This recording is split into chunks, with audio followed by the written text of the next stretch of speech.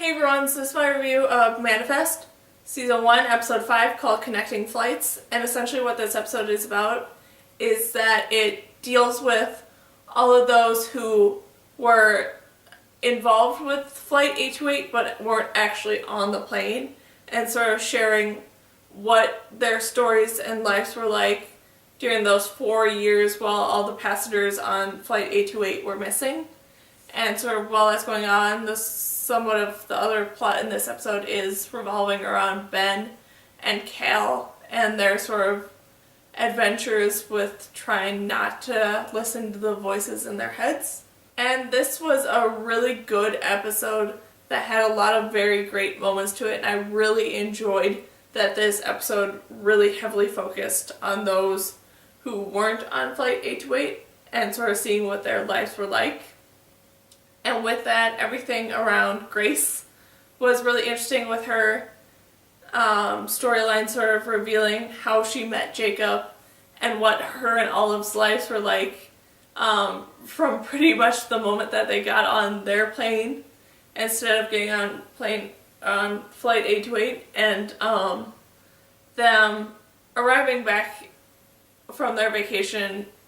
in Jamaica and them discovering that something happened to the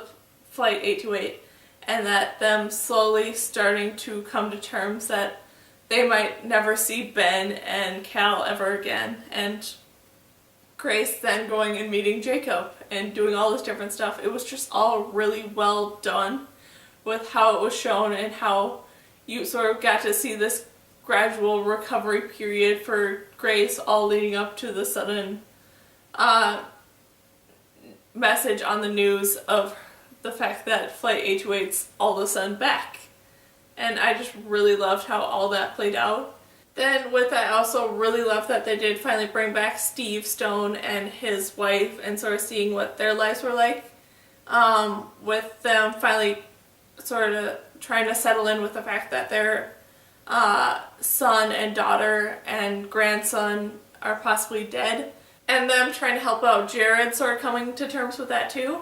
And I really did love the whole scene with Grandma Stone sort of giving Jared this blanket to say congratulations on your new relationship and stuff like that. And I just really, really loved that whole scene there, as well as the scene between Steve and Michaela and her sort of trying to work through everything as well now that she is back. Then everything with Jared in the sort of more current times was interesting, with him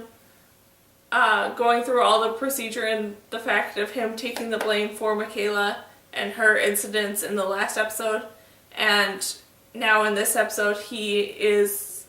up for the possibility that unless he finally admits that it was actually Michaela's fault and not his fault, he might lose his job as a detective forever, and Michaela keep trying to convince him to sort of let her take the blame, but he doesn't want that to happen. Then everything with Ben and Cal in this episode was really, really great, with Ben refusing to listen to the voice in his head that keeps telling him throughout this whole episode that everything is connected, and instead he decides to go on this sort of day trip with Cal where everything is decided by the flip of a coin, where they'll do like, oh, we're gonna have either corn dogs or pizza, or we're gonna go to the beach or to the carnival and stuff like that, and it's all decided by a coin flip. And I really did like how that eventually did sort of lead up to the discovery that Cal has this weird sort of sense that he is not necessarily like hearing voices or seeing things, but he has this sense that's leading him to connect with everyone, that eventually led Cal and Ben back to Thomas from the last episode, and them sort of helping Thomas to eventually be freed from his sort of the somewhat of like prison or safe house that he's hiding in to hide from the NSA director and stuff like that. That was interesting to see how all of what was going on between Ben and Cal eventually led back to Thomas. Then I'm very interested to actually see what all happened with Olive and her sort of bad attitudes and stuff, because we kind of got to see it with her reactions to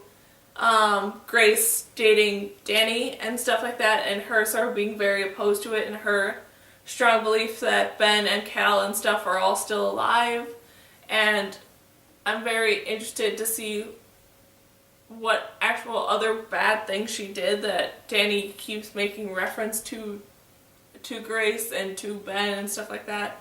I want to know what other sort of bad stuff she did that made her seem like such a troublesome child, besides just her constant belief that her family isn't split up as much as everyone else thinks. Then I'm very excited for what's going to happen in the next episode with the preview show, with the discovery that there are a bunch of other passengers that all of a sudden just went missing from Flight 828 while it was gone for the 4 years. And I'm very interested to see sort of what happened to them and what's going to happen to Cal and stuff like that, with him being one of the people who was awake and sort of saw what happened that made their plane disappear. And just all that, I'm really excited to see how all that's going to play out. And just overall, this was a really good episode that had a lot of very entertaining moments to it. And it was just a really nice storyline to it that was really, really fun to watch. So, yeah, that's my review of Manifest, Season 1, Episode 5, called Connecting Flights. So, yeah. Bye!